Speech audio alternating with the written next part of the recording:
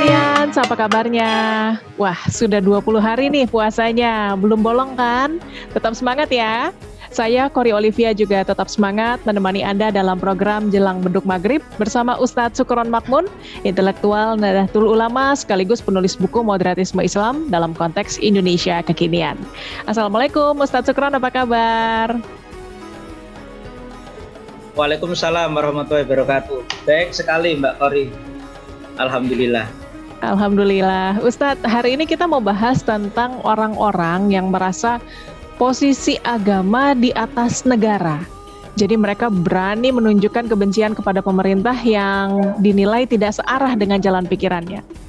Nah, ini gimana sih sebenarnya Ustadz ajaran Islam tentang pentingnya menghormati umaro atau pemimpin di negara tempat dia tinggal? Ya, sebenarnya dalam Al-Quran itu jelas ya. Atiullah wa atiur rasul ya. Wa ulil amri minkum ya. Yang terakhir itu ulil amri minkum. Artinya kita disuruh untuk taat kepada Allah, kepada Rasul. Itu mutlak, ketaatan yang mutlak. Kemudian ulil amri minkum itu penguasa atau pemimpin. Itu bersyarat, artinya mutlak bersyarat. Ya, ada yang mengatakan itu tidak mutlak, tapi ada yang mengatakan mutlak bersyarat. Yang mengatakan tidak mutlak artinya maksudnya bersyarat selama tidak bertentangan dengan ajaran Allah dan Rasul. Selama tidak menyuruh untuk berbuat nista, itu harus ditaati. Taat kepada ulama dengan umaro atau pemimpin itu hukumnya wajib. Bahkan Imam Ibnu Hambal, salah satu 4 madhab fikih. Bahkan ini Imam Ahmad bin Hambal ini yang banyak jadi rujukan kelompok-kelompok garis keras ya. Di Saudi sana banyak yang mengikut Imam Ahmad bin Hambal. Kalau Syafi'i, Hanafi ini longgar ya. Jadi ada juga, ini riwayat dari Sayyidina Ali karramallahu wajhah, la budda linnas min amirin birin au fajir. Bahwa seseorang itu harus punya seorang pemimpin, baik itu dia orangnya soleh, birin itu baik artinya maksudnya soleh, au fajirin, seorang itu pendosa. Apalagi kalau pemimpin kita di Indonesia itu kan nggak ada lah pemimpin yang misalkan suka mabuk, suka ngumpulin harim, kan nggak ada. Seandainya kita punya pemimpin yang zolim, punya pemimpin yang pendosa, fasik, itu pun masih lebih baik daripada tidak punya pemimpin. Itu kata Sayyidina Ali seperti itu. Artinya kalau kita mengikuti pemimpin itu hanya karena selera politik kita, selera dengan keinginan kita, artinya dipertanyakan. Jadi kalau agama dengan negara itu tidak bisa dipisahkan. Indonesia ini bukan negara Islam ya. Tapi bukan juga nggak bisa juga disebut juga negara sekuler. Karena faktanya kayak undang-undang pernikahan dan sebagainya ini itu kan dipengaruhi oleh hukum-hukum agama. Terus kegiatan masyarakat kita ya, ritual-ritual keagamaan kita ini kan sangat agamis.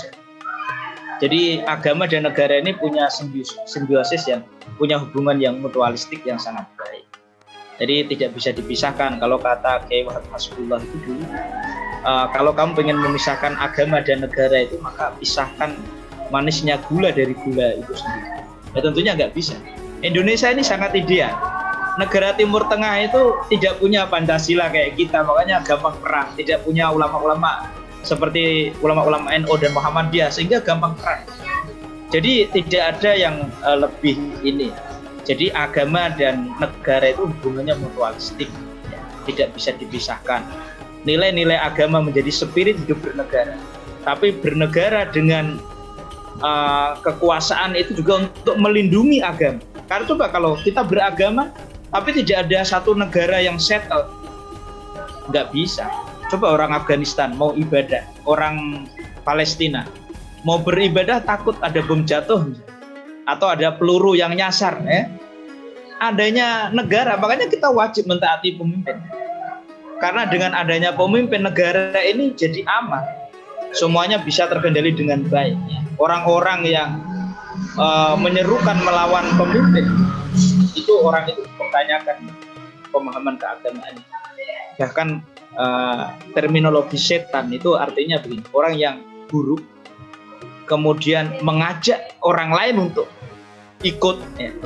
Itu setan itu. Makanya setan itu ada di dalam wujud jin dan dalam wujud manusia.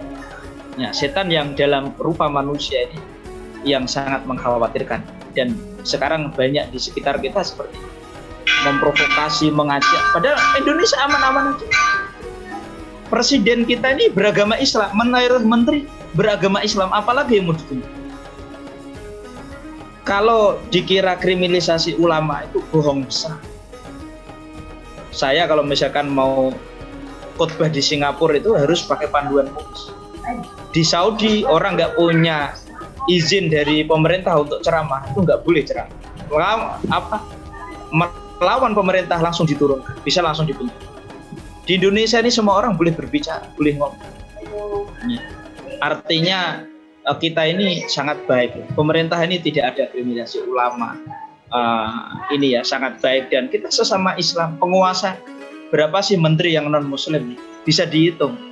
Nah, tapi kadang kita ini nggak bersyukur lah sebagai umat Islam ini, malah membuat fitnah-fitnah baru. Ini yang menyesatkan menurut saya. Kira-kira itu Mbak Korea. Ada yang ditanyakan lagi silakan. Baik, Ustadz sudah jelas sekali. Terima kasih Ustadz untuk waktunya. Sehat selalu. Sampai ketemu lagi besok Ustadz. Sama-sama Mbak Kori. Wassalamualaikum warahmatullahi wabarakatuh. Waalaikumsalam. Tagarians, demikian jelang beduk maghrib bersama ulama NU Ustadz Syukron Makmun. Subscribe YouTube channel Tagar TV dan klik loncengnya juga untuk mengikuti video menarik membahas topik terhangat hanya untuk Anda. Saya Kori Olivia, Tagar TV.